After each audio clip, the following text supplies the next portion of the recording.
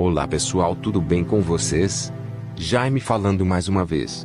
A filosofia universica traz para a humanidade direto do livro do nosso amado professor Huberto Rodin, Sabedoria das Parábolas. O livro completo está disponível em nosso canal no Telegram, Filosofia Universica por Jaime Logos. Iremos ler para vocês parábola por parábola com a explicação filosófica. Lembre-se que toda parábola consta de dois elementos, o símbolo material e o simbolizado espiritual. O símbolo material, tirado da natureza ou da sociedade humana, é compreensível a todos, mas a compreensão do simbolizado espiritual depende do estado de evolução de cada um. Quem tem 10 graus de evolução espiritual interpreta a parábola como sendo 10, quem tem 50 graus compreende-a no nível 50, quem tem 100 graus de evolução compreende a parábola no grau 100. Devido a essa limitada elasticidade do simbolizado espiritual da parábola, esse modo de ensinar se presta para toda e qualquer classe de homens. Por outro lado, porém, não é possível dar uma explicação definitiva e universalmente válida das parábolas. A sua relatividade admite inúmeras interpretações, proporcionais ao estado de evolução espiritual de cada ouvinte ou leitor. A explicação que passaremos a dar nas seguintes páginas corresponde ao estado evolutivo do autor, mas pode ser ultrapassada e completada pelo leitor. Chamamos atenção para o fato de que as parábolas não visam, em primeiro lugar, uma certa moralidade de agir, mas, acima de tudo, a consciência do ser. Quando um homem se limita a certa vivência do agir moral, mas não atinge a realidade do seu ser metafísico, ontológico, corre ele o perigo de marcar passo na zona superficial de um moralismo convencional, sem atingir a consciência da realidade. As parábolas nos convidam a um profundo conhecimento metafísico e místico, cujo transportamento espontâneo se revelará infalivelmente em autorrealização ética. A experiência da mística do primeiro e maior de todos os mandamentos se manifestará na vivência da ética do segundo mandamento, o filho pródigo. Lucas capítulo 15, 11 a 32. Parábola do filho pródigo. Prosseguiu, dizendo: um homem tinha 2 filhos. Disse o mais novo deles ao pai: Pai, dá-me o quinhão dos bens que me toca. Ao que lhes repartiu os bens. Passados poucos dias, o filho mais moço juntou tudo e partiu para uma terra longínqua. Aí esbanjou a sua fortuna numa vida dissoluta. Depois de tudo dissipado, sobreveio uma grande fome àquele país, e ele começou a sofrer necessidade. Retirou-se então e pôs-se ao serviço de um dos cidadãos daquela terra. Este o mandou para os seus campos guardar os porcos. Ansiava ele por encher o estômago com as vagens que os porcos comiam, mas ninguém lhes dava. Então entrou em si e disse: quantos trabalhadores, em casa de meu pai, têm pão em abundância, e eu aqui morro de fome. Levantar-me-ei e irei ter com meu pai, e lhe direi: Pai, pequei contra o céu e diante de ti, já não sou digno de ser chamado teu filho, trata-me tão somente como um dos teus trabalhadores. Levantou-se, pois, e foi em busca de seu pai. O pai avistou de longe, e, movido de compaixão, correu-lhe ao encontro, lançou-se-lhe ao pescoço e beijou-o. Disse-lhe o filho: Pai, pequei contra o céu e diante de ti, já não sou digno de ser chamado teu filho. O pai, porém, ordenou a seus servos: depressa, trazei a melhor vestilha, ponde-lhe um anel no dedo e calçado nos pés. Buscai também o novilho gordo e carneário. Comamos e celebremos um festim, porque este meu filho estava morto, e ressuscitou, andava perdido, e foi encontrado. E começaram a celebrar um festim. Entre mentes, estava o filho, mais velho no campo. Quando voltou e se aproximou da casa, ouviu música e danças. Chamou um dos criados e perguntou-lhe o que era aquilo. Respondeu-lhe ele: chegou teu irmão, e teu pai mandou carnear o novilho gordo, porque o recebeu são e salvo. Indignou-se ele e não quis entrar. Saiu então o pai e procurou persuadi-lo. Ele, porém, respondeu ao pai: há tantos anos que te sirvo, e nunca transgredi nenhum mandamento teu, e nunca me deste um cabrito para eu me banquetear com os meus amigos. Mas, logo que chegou esse teu filho, que dissipou os teus bens com meretrizes, lhe mandaste carnear o novilho gordo.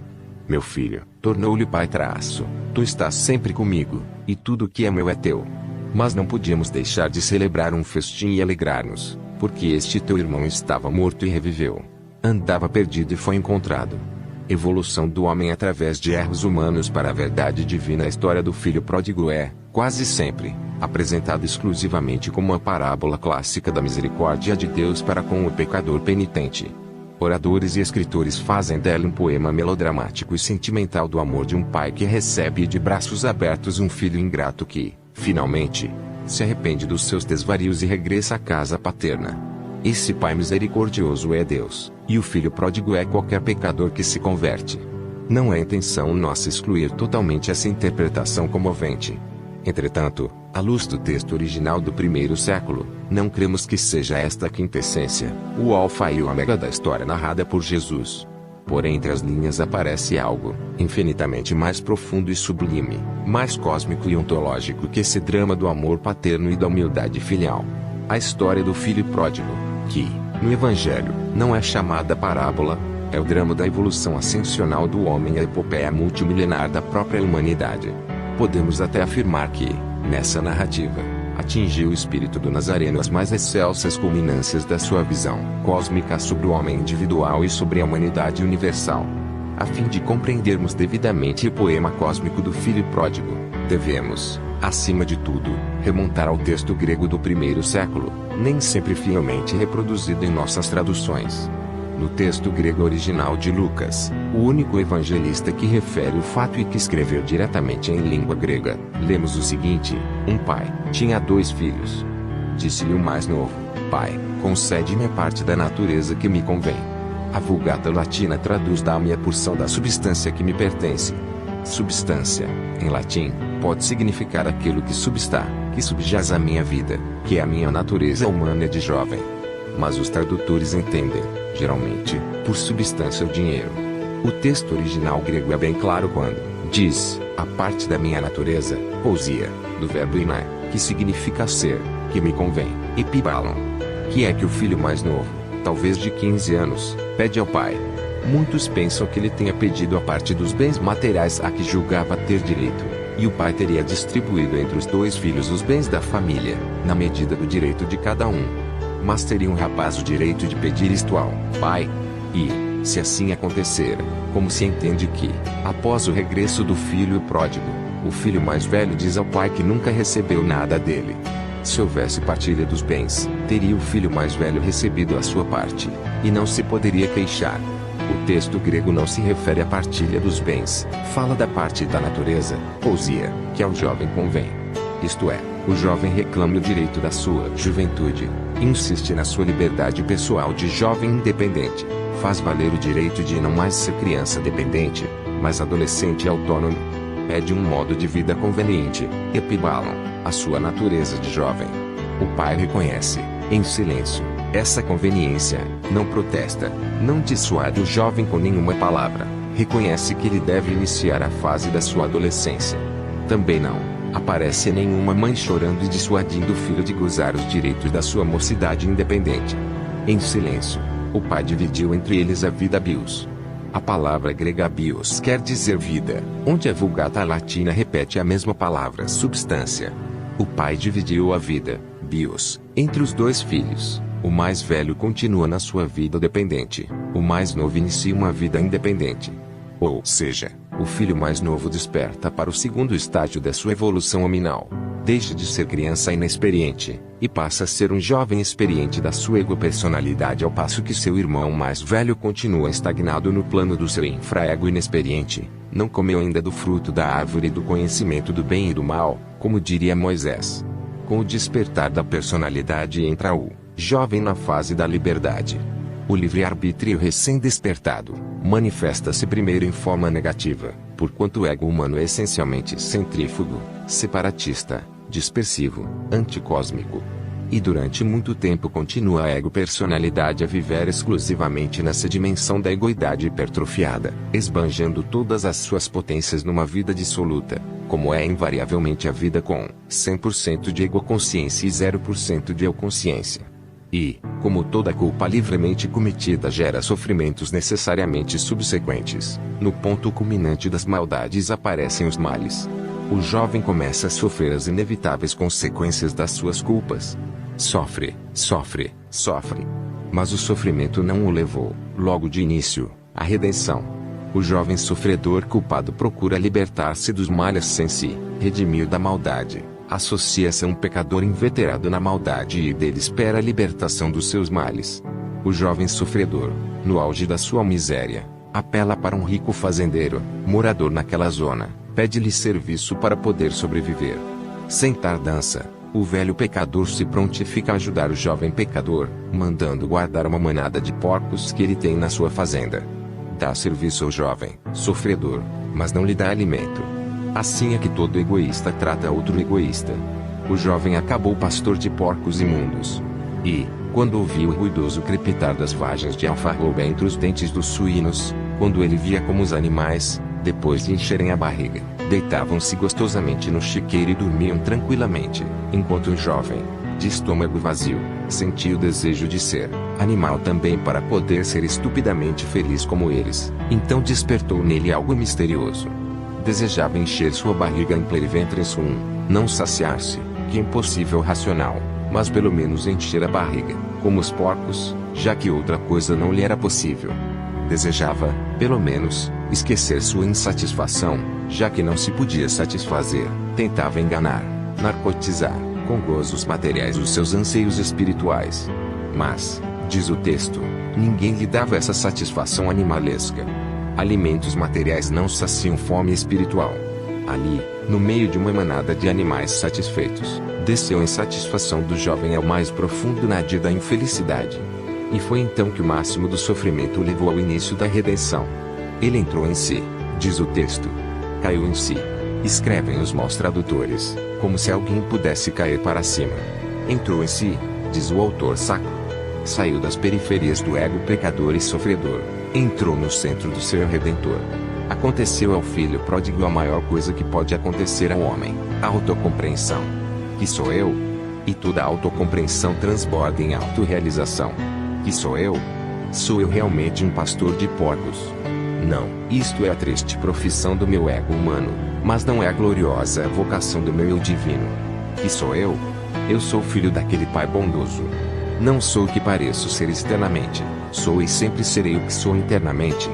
Eu pareço ser escravo de um tirano egoísta, que me reduziu a pastor de porcos, mas eu sou o filho livre de alguém que continua a ser meu pai. Depois desse ingresso no seu eu, e esse egresso do seu ego, veio o regresso ao pai.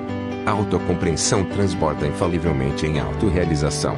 Dizem certos tradutores que o jovem se arrependeu, outros chegam ao auge da absurdidade afirmando que fez penitência. Mas o texto inspirado do Evangelho só conhece a palavra converteu-se, ou transmentalizou-se. Ultrapassou a sua velha mentalidade e entrou na nova consciência do eu.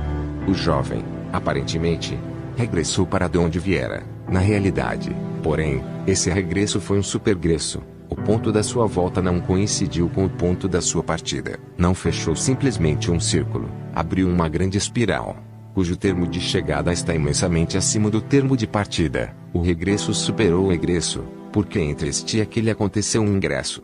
Entre a partida e a chegada houve uma gigantesca evolução, a jornada cósmica que vai da culpa através do sofrimento até a redenção. Para celebrar esse grande acontecimento, a autocompreensão e autorrealização de um homem, o Evangelho recorre a tudo quanto possa simbolizar suprema alegria e solenidade: abraços, beijos, anel precioso, deslumbrante vestuário, lauto festim, músicas e bailados. É que a realização de um único homem é um fenômeno mais grandioso que todos os astros e galáxias do universo. Deus criou todas as grandezas do cosmos, mas um único homem plenamente realizado é um universo de criatividade acima de todas as criaturidades. Quando se estava celebrando essa grande harmonia, aparece uma aguda dissonância. O filho mais velho, que estagnara na sua evolução e continuara a marcar passo na inexperiência, revelou-se incapaz de compreender a linha ascensional evolutiva de seu irmão, que culminou em suprema verticalidade. Nem aceita a palavra teu irmão, mas a substitui por teu filho. De fato, o jovem realizado não era mais irmão dele, não havia nenhuma afinidade espiritual entre eles, ele era apenas teu filho, um filho de Deus, sem afinidade com outros filhos de Deus. O filho mais velho se queixa de nunca ter sido recompensado por sua obediência de muitos anos, ao passo que o outro, autorrealizado, nada sabe de recompensa, de espírito mercenário. Quem encontrou seu verdadeiro ser nada mais sabe do ilusório ter. Quem realizou seu ser só conhece amor, e nada sabe de recompensa. O poema do filho pródigo marca o zênite da genialidade do Nazareno, quando considerado à luz do drama cósmico da autorrealização do homem e da evolução multimilenar da humanidade. O filho mais velho representa um ser humano que, longe de atingir as alturas da individualidade do divino, nem sequer despertara para a personalidade do seu ego humano. E quem não tem consciência do seu ego não é possuidor de nada, como os seres da natureza, que nada sabem de posse ou possessividade. Por isso, diz, muito bem o Pai, que simboliza a Deus. Tudo que é meu é teu. Tudo que é de Deus é também do mundo infra-humano, mineral, vegetal, animal, mas esse mundo nada sabe de meu. O infra-ego não possui nada, nem sequer um cabrito. A consciência do meu é um corolário do pequeno eu personal ou ego. O filho mais novo havia chegado à ego-consciência personal e a tinha superado, atingindo as alturas da eu-consciência cósmica. O hino místico Exultate, que se canta anualmente na véspera ou manhã da Páscoa, exclama, o felix culpa, o vere necessarium ad peccatum, quod et tantum meruisti redemptorem. Ó culpa feliz! Ó pecado de Adão realmente necessário, que tal e tão grande redentor mereceste, poderá haver culpa feliz? Haverá pecado necessário? Em face da teologia analítica, isto é, blasfemo, mas à luz da visão da mística intuitiva, isto é sublime. Culpa e pecado simbolizam o estágio evolutivo do homem através do ego em demanda do eu. A nossa humanidade da ego-personalidade já está no plano horizontal da culpa feliz e do pecado necessário. Falta-lhe superar esse plano e atingir a plenitude vertical da sua redenção. Após o subego, a Kundalini, enrolada e dormente, acordará, como ego rastejante no plano horizontal, comendo do pó da terra. No superego, ou eu, Kundalini se ergue a plenitude vertical da sua autorrealização. A história do filho pródigo encerra uma metafísica de infinita profundidade e uma mística